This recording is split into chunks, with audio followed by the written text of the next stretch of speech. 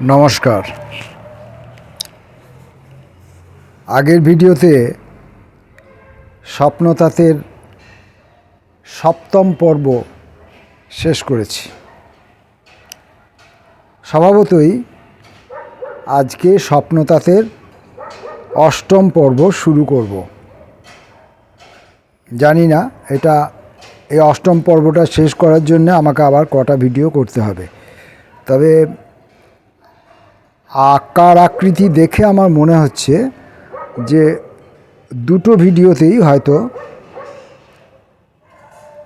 এই অষ্টম পর্বটা আমি শেষ করতে পারবো। এবং এই সঙ্গে বলে রাখি, যে কয়েকজন আগ্রহী পাঠক বা শ্রোতা যারা স্বপ্নতাত্ত্বটা শুনছেন বা দেখছেন, হাতে গোনা কয়েকজনই হতে পারেন, আমি জানি না, তো সে যে কয়েকজনই হোক, যদি একজনও হন তার জন্যও বলে রাখি যে স্বপ্নতাত বোনা বয়নের কাজ প্রায় শেষের দিকে। এবার এই তাঁতের শাড়ি হোক বা অন্য কোনো ব্যবহার্য বিষয় হোক, তাঁত বোনা, তাঁতে বুনে যেগুলো তৈরি করা হয় তেমন কোনো জিনিস হোক, সেটা আপনার জীবনের বয়নও হতে পারে,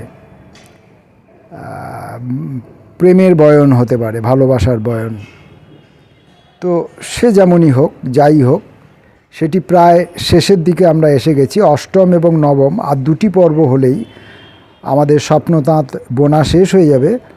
তারপর সম্পূর্ণ স্বপ্নতাঁতটা আপনাদের হাতের মধ্যে চলে আসবেন।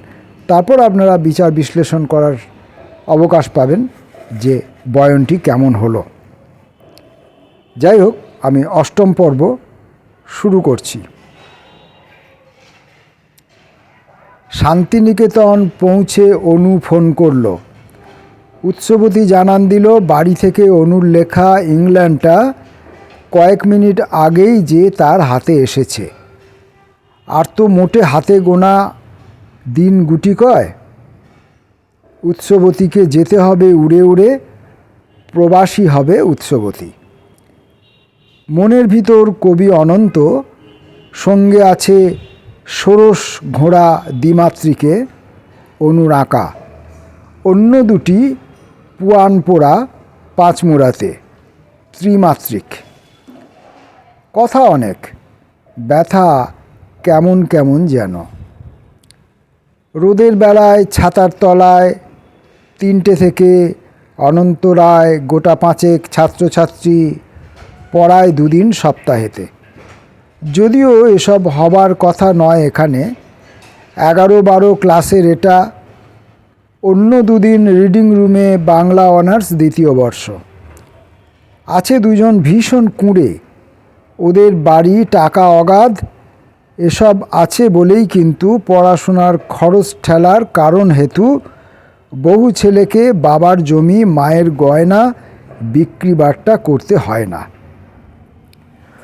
অধ্যাপকরা এইখানে কেউই পড়ান নাকো টাকা নিয়ে, বাড়ি গেলেই দেখিয়ে দেবেন নিয়ম আছে।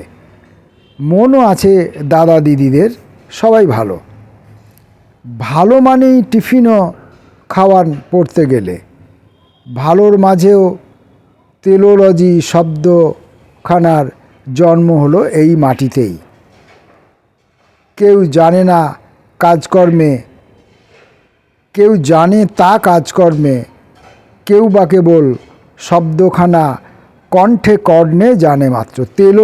তেলোলজি মানে অয়েলিং করা আর কি, যাকে বলি খোসামত করা আর কি। ভালোর মাঝেও তেলোলজি শব্দখানার জন্ম হলো এই মাটিতেই। কেউ জানে তা কাজকর্মে, কেউ বা কেবল শব্দখানা কণ্ঠে কর্ণে জানে মাত্র।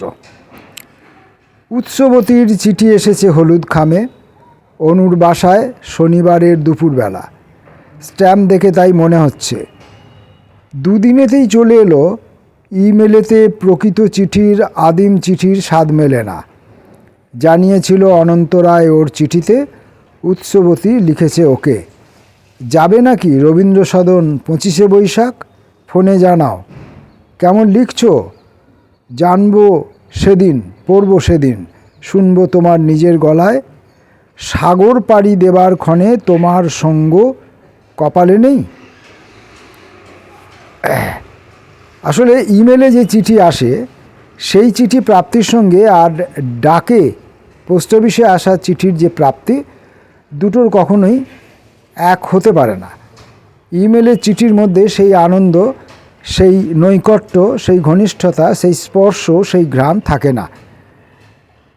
আর হাতে লেখা চিঠি যেটা পোস্ট অফিসের মাধ্যমে আসে, তাতে প্রেরকের হাতের লেখা থাকে, তার স্পর্শ থাকে, আরও অনেক কিছু থাকে। সে চিঠি প্রসঙ্গ এলে সেসব বলা যেতে পারে।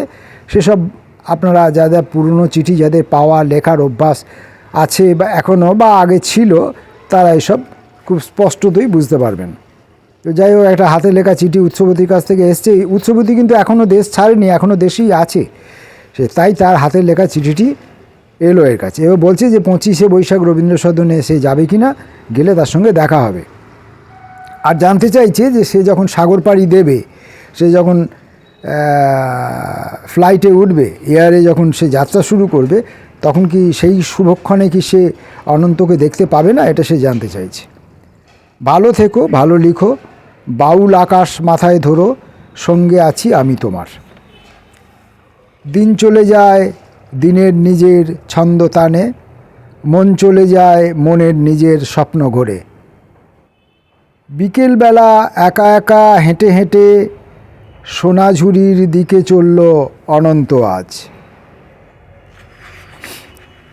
ক্যানেল পাড়ে মাসির দোকান, চা লিকারে গলা ভেজালো, ঘুগনি মুড়ি মাসি দিলেন ভালোবেসেই। বাউল ভবদাস এসেছেন, প্রায়ই আসেন। বাতুল বাউল গান গাইলেন দেহতত্ত্বের, নারীর কথা ওই সুরেতে। সাধু সাধু বলল সবাই গানের শেষে। গোটা পাঁচেক গানের পরে বিরাম হলো এক প্রস্থ চা পেঁয়াজির। এবার হলো রবি ঠাকুরের গোটা তিনেক বাউলাঙ্গের সুর ও কথা। অনন্ত রায় ভবদাদার জোব্বা পকেট দেখে শুনে ঢুকিয়ে দিল 21 টাকা। গরিব মানুষ, সুরের সাধক, ভালো গায়ক, ভেগ জানেন না। ভবদাকে আসতে বলল ছাত্রবাসায়, আসমান আলীও উদাস শ্রোতা অনুর সাথে। কত বাউল যখন তখন আসেন ওদের ছাত্রবাসায়, থাকে খায় দায় গান গেয়ে যায় বহু ছাত্র সোনার জোটে। রাত্রি নামে খোয়াই জুড়ে, রাত পাখিরা বেড়ায় উড়ে। বাউল বাসর চুকে গেলে অনু ফিরেছে ছাত্রবাসায়। ফেরার পথে ঘোষদা থেকে দূরবাসেতে কথা বলল উৎসবতী। অনন্ত আজ, উৎসবতী অনন্ত আজ দু প্রান্তে। কথা হলো, সব জানালো, যাবে ওরা 25 বৈশাখ, পৌঁছে যাবে রবীন্দ্র সদন 8:30টায়। বর্ধমানে ওই ট্রেনটার সময় হলো 5:30টা। 3 নম্বর কামরাটিতে থাকবে ঠিক অনন্ত রায়। বোলপুরে সে ধরবে ঠিক 4:45টা ওই ট্রেনটা। অনেক কথা, কাজের কথা, মনের কথা ওরা বলল, থামতে হলো। অনু ফিরল ছাত্রবাসায়। নিচের ব্লকের অমিত এলো, ভোটের ফলে সরব হলো। অমিত ভাই অর্থনীতির 3য় বর্ষ।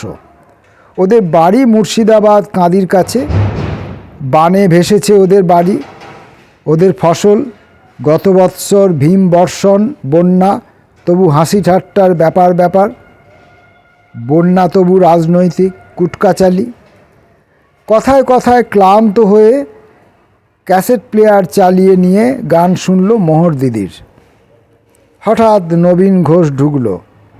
বিড়ি সিগারেট খুঁজতে এসে গানে মাতল। নবীন পাগল দিদির গানে মাঝে মাঝে দুঃখ করে মোহর দিদি চলে গেলেন গত বৎসর। 9টা বাজে, উঠল নবীন, উঠল অমিত। অমিত এলো আবার ফিরে। সাক্ষরতা মিশন ওদের দুজনাকে একসঙ্গেই কাজ দিয়েছে। রেল লাইনের পাড়ে ঝুপড়ি, সেসব বাড়ির ছেলে মেয়ে আর বউ বুড়োরা ছাত্রছাত্রী। সান্ধ্য পাঠের আসর সরব, হেরিকেনের আলোয় বসে সব মিলিয়ে জোনা ২৭ ছাত্রছাত্রী। সপ্তাহেতে দুদিন পড়ায় অনন্ত রায়, দুদিন পড়ায় অমিত দত্ত। উল্টোপাল্টা করে এ ৩ দিন ও ৩ দিন, বা এ দুদিন ও দুদিন, হ্যাঁ ২ দিন করেই বলা আছে, ৩ দিন নয়। বিশ্বভারতীর বহু ছাত্র বহু ছাত্রী এসব কাজে উঠে এসেছেন, বহু পোস্টার মোড়ে মাঠে। সাক্ষরতার ব্যাপার স্যাপার নিয়ে ওরা মিনিট ২০ কথা বলল, খাতাপত্র বার করলো, কিছু কিছু লেখাজোখা সেরে রাখলো। উঠল অমিত ৯টা ২০। ৯:৩০ রান্নাশালায় থালা হাতে খেতে চলল অনন্ত রায় গুনগুনিয়ে রজনীকান্ত আবোল তাবোল সেনের লেখা। জাগাও পথিকে ওসে ঘুমে অচেতন। ডাল ভাত আর আলু পোস্ত, খিদে পেটে হাপুস হুপুস, ডিমের কুসুম নুন মাখিয়ে বেশ জমল। হলুদ কুসুম কত ভাবায়। খেয়ে দিয়ে ফিরতে ফিরতে ভাবতে থাকে কবিতা কথা। আসমান আলী এসে গেছে। ৩টে চিঠি অনন্তকে ধরিয়ে দিল। ফিরে এসেই আসমান আলী। কবিতা চেয়ে চিঠি এসেছে, পাঠাতে হবে। পাঠিয়ে দিলে হয়তো ছাপা হতেও পারে, ভালো লাগলে তবেই ছাপাবেন। এই কথাটা লেখে অনু বরাবরই। ইনিয়ে বিনিয়ে তেল দেয় না। এসব মিলে বিশাল ধকল, পরে হবে। ভাবতে থাকে জীবনকণা কবি জীবন এলোমেলো করে দেবার পরেই এলো উৎসবতী। কণা জন্মে জীবনকণা, কবিতামালার নিখিল টানে। জীবনযাপন উথাল পাথাল উৎসবতীর মনের ধারায়। জীবনকণায় পাঠিয়েছিল কবি ব্যথার পাহাড় বুকে নিখিল লিখন উৎসবতী। জীবনকণায় খুঁজছে ওরা জীবন পথে, জীবনকণা ওদের মাঝে সহজ সরল। উৎসবতীর অনন্ত প্রাণ জীবনকণায় খুঁজে যাচ্ছে পরম কারণ। অভেদ খুঁজছে জীব ও জড়ের কণায় কণায়। আসমান আলী থালা হাতে খেতে গেল হাত পা ধুয়ে। অনন্ত রায় কাঁচা কাপড় টেনে নামালো বিছানা উপর। আসমান আলীর ইস্ত্রিটা বের করলো, মোড়ক খুলে প্লাগ লাগালো। রইতে সইতে গরম হলো। কাঁচা পোশাক পরিপাটিতে মোলাম হলো। সঠিক পাটে তুলে রাখলো হ্যাঙ্গার টেনে। মশারি স্ট্যান্ডে ঝুলিয়ে দিল। আসমান আলী খেয়ে ফিরল। দুজনাতেই ঘুম চেপে যায়। কথায় কথায় ঘুম তো এলো। অনন্ত আজ স্বপ্নমালায় উড়ে যাচ্ছে পাখির দেশে অচেনা দেশে। একটি পাখি বাসা বুনছে, একটি পাখি গান গাইছে, একটি পাখি কুটো আনছে। দেখতে দেখতে অনেক পাখি, হলুদ কালো অনেক পাখি, হলুদ মেটে সবুজ পাখি। একটি পাখি অন্য একটি পাখির পিছন উড়ে উড়ে থকে গেল। স্বপ্ন চোখে সকাল হলো। কাটছে সকাল বইছে সকাল সূর্য তালে। সোমবারের এই দুপুরবেলায় এক টেলিগ্রাম এসে পড়ল ৯/৬ এই ছাত্রাবাসে। টেলিগ্রামটা দেখেই যেন অনন্ত রায় থমকে গেল। ভয় পেয়েছে? কি হয়েছে? পড়ে দেখল কাঁপা হাতে মোড়ক খুলে। ভয় কিছু নেই, ভালো খবর। বন্ধু বিপু পাঠিয়েছে তা চাটগাঁ থেকে। বোনের বিয়ের শুভ বার্তা, একই সঙ্গে নিমন্ত্রণ। বিপুর বাড়ি মাগুরাতে বাংলাদেশে, মামার বাড়ি কৃষ্ণনগর। কর্মসূত্রে চাটগাঁবাসী। কলেজে পড়ায়, ২ মাস পরে তিথির বিয়ে। যাবে কিভাবে? বাসেই যাবে? পাসপোর্ট নেই, পাসপোর্টটা করাতে হবে। ভাবতে থাকে কবি অনন্ত, এক বাংলা দুই ভূখণ্ড, বাংলাদেশ আর পশ্চিমবঙ্গ। রাজনৈতিক জারিজুরিতে ভিসা পাসপোর্ট কত ঝামেলা পারাপারে। এপার ওপার বাংলা ভূমি বেদনা জাগায়, যে কোনো দিন মিলে গেলে কেমন হবে। ভাবতে ভাবতে বিকাল হলো, মেঘ উঠল। শালফলরা উড়ে চলল ডানায় ডানায় ঘুরে ঘুরে। প্রাণ প্রবাহ আকাশ বাতাস চড়ে বেড়ায়। পলাশ বীজের যত প্রবাহ গত ঝড়েই উড়ে গেছে। কৃষ্ণচূড়ার চূড়ায় চূড়ায় লাল ফুলরা নেতিয়ে গেছে। ঝড়ের সঙ্গে বৃষ্টি হলো ঝমঝমাঝম। সন্ধ্যা হলো, রাত্রি এলো। ব্যাঙ ডাকছে, ঝিঁঝি পোকারা মনের সুখে ডেকে চলেছে। অনন্ত রায় খুঁজে পেতে কবিতাটোকে সাদা কাগজে পাঠাতে হবে আগামীকালই। এই ভাবনায় ৩ তিরিখকে ৯ কবিতা টুকে ফেলল। ৩টি খামে ঢুকিয়ে দিল, ঠিকানা লিখে চিঠি লিখল, আঠা দিয়ে সেঁটে পড়ে স্ট্যাম্প চেটালো। কাজে কাজে মনের মাঝে চাঁদ বড় হয়, বাড়তে বাড়তে বুদ্ধ পূর্ণিমা। বামিয়ানের বুদ্ধকলা শোল আজ বালি পাথর। হিন্দুকুশের উচ্চতাকে ছুঁয়ে গেল কবির বক্ষ বুদ্ধ ব্যথায়। এখানে বামিয়ানের বুদ্ধকলা শোল, এই শোল কথাটা ইনভার্টেড কমার মধ্যে দেওয়া আছে এবং ব্র্যাকেটে কবি লিখে দিয়েছেন শোল মানে হচ্ছে বছর বছর। শোল মানে বছর বছর। আগামীকাল রাত ভোরেতে উঠতে হবে। ব্যাগ গোছালো, কাগজপত্র কবিতা দিয়ে। রাত বয়ে যায় রাতের তালে সৌর তালে। ঘড়ি ঘর ঘর জাগিয়ে দিল ঠিক 4টায়। ভেজানো ছোলা খেতে খেতে হাঁটা দিল। পদ্মভবন পেরিয়ে গেল, সিনেমাতলা টপকে গেল, জোরে হাঁটছে। স্টেশন এলো, স্টেশন মুখে টিকিট কেটে একটু বসে ট্রেনটা এলো, চেপে পড়ল। ঠিক সময়ে চলে ট্রেনটা মাঠের মাঝে। খবর এলো অন্ধকারে খানা জংশন ঢোকার আগেই লুপ লাইনে পড়ে গেছে মালের গাড়ি, ট্রেন যাবে না। মাইল খানেক হেঁটে গিয়ে বাস ধরল। জেলা শহর মুখে যাবার। বর্ধমানে যখন গেল 9টা বাজে। রেল স্টেশনে ঢুকলো অনু। 3 নম্বর প্ল্যাটফর্মে অল্প খুঁজেই বের করলো পথের সাথী উৎসবতী।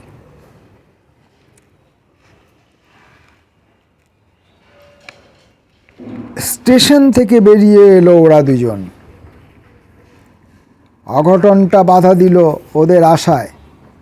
নতুন যত কবিদিগের অগ্রজ বহন রবীন্দ্র সবনে লেখা হলো না। দেরি হয়েছে, আর যাবে না পূর্ব পথে। কি করবে ওরা এখন? অনন্ত রায় সব দায়িত্ব ছেড়ে দিল উৎসবতীর উপর এখন। রেল স্টেশনে আবার ঢোকে ওরা দুজন। টিফিন খেলো দুজন মিলে রেল স্টেশনের ভোজনালয়ে। অনেক কথা বুকের কথা বলল ওরা। 10টা বাজে। রিক্সা নিল। রিক্সা যাচ্ছে সংস্কৃতি কোর্ট কম্পাউন্ড। নতুন ছবি দেখা চলছে। লাইন দিয়ে টিকিট নিল, ভিড় হয়েছে। টিকিট কেটে হাঁটলো ওরা বিজয় তোরণ। পথেই আছে ক্যাসেট দোকান। উৎসবতী বেছে নিল চাঁদ বণিকের পালা নাটক। শম্ভু মিত্র, শাওলি মিত্র পিতা কন্যা পাঠ করেছেন। সাম্প্রতিক এক দৈনন্দিনের ফ্রেমে বেঁধেছেন স্মৃতিজাগ্রত পুরাণ কথা। মৃৎশিকড়ে টান দিয়েছেন নিজের ভাষায় শম্ভু মিত্র ওই নাটকে। 6 ক্যাসেটের এই অ্যালবাম অনন্তকে তুলে দিল উৎসবতী। অনন্ত রায় বেছে তুলেছে সাগর পাড়ের হাওয়ায় গাওয়া রবীন্দ্রগান। স্বাগতা লক্ষ্মী দাশগুপ্ত বেশ গেয়েছেন। মেটাফিজিক্যাল কবি নাট্যকার বেন জনসন তাঁর কবিতাও রবীন্দ্রনাথ গানের সুরে ছেনে এনেছেন স্কটিশ আইরিশ লোকগীতিও কবির মন দুলিয়েছিল। যে যার নিজের অনুভূতির কথা বলে উৎসবতী অনন্তকে চাঁদ বণিকের পালা দিল। অনন্ত রায় দিল তাকে সাগর পাড়ের হাওয়ায় দোদুল রবীন্দ্রগান। আপ্যায়নে কলা পাতায় ভাত খেয়ে আজ ওরা হাঁটল সময় তারায়। দেখতে দেখতে খুলে গেল সংস্কৃতির প্রবেশ দুয়ার। উর্দি পরা দুজন যুবক দুয়ার মুখে, ওয়াকিটকি হাতে দুজন পুলিশ আছেন। পান চুইংগাম মুখে কেউই যেতে পারে না। ব্যালকনিতে গিয়ে বসল। আবছা আলো অন্ধকারে ওরা দুজন। চোখে পড়ল অন্ধ বৃদ্ধা, মেয়ের কথা বুঝে শুনে সিঁড়ি ভাঙছেন। কানে শুনেই উনি পড়বেন দেখা ছবিটা। কানে শুনে শুনে, উনি অন্ধ, কানে শুনে শুনেই উনি ছবিটা পড়ে নেবেন, সিনেমাটা। অন্ধ হওয়া সত্ত্বেও তিনি সিনেমা হলে এসেছেন। কোনো এক বৃদ্ধা মহিলা। শুরু হলো। হিম পরিবেশ, শূন্য খাঁচা মনে ঘুরছে, কাক ডাকছে বুড়ো বটে। দু চার পংক্তি কবিতা খেলে অনুর মাথায়। অনুর শূন্য মহাকাশে উৎসবতী কি ভাবছে? কবি জীবনের খণ্ডতা কি হয় কি এত সর্বজনীন? অন্ধ গায়ক বনের পথে হাসিয়ে গেল। বেদনা কেন হাসির তোরে এমন হবে? সব মিলিয়ে মোটামুটি লাগলো ওদের। কেউ কেউ তো কবিদিকেই গাল দিচ্ছেন। অনেক কিছুই ভালো লাগেনি। এসব কথাই বলতে বলতে বেরিয়ে এলো উৎসবতী, অনন্ত রায়। অভিনয়ে সৌমিত্র আর দেবশ্রী রায় দাগ কেটেছেন।